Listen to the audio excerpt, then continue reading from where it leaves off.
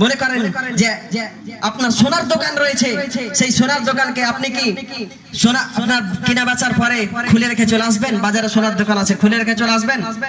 কখনোই আসবেন না। আপনি একটা দুনিয়াবী সম্পদ, সোনা একটা মূল্যবান সম্পদ, সেটাকে ঢাকার জন্য এতই করছেন।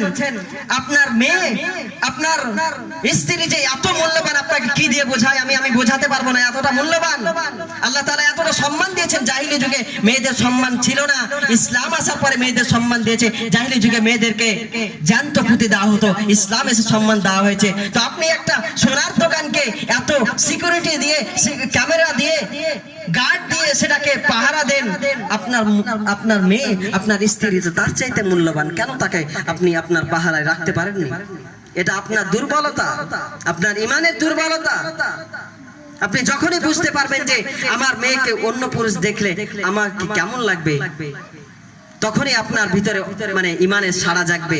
তাই ভাই বলছি, সমস্ত মেয়েদেরকে আপনাদের দায়িত্ব যে আপনারা বেপর্দা বের হতে দিবেন না।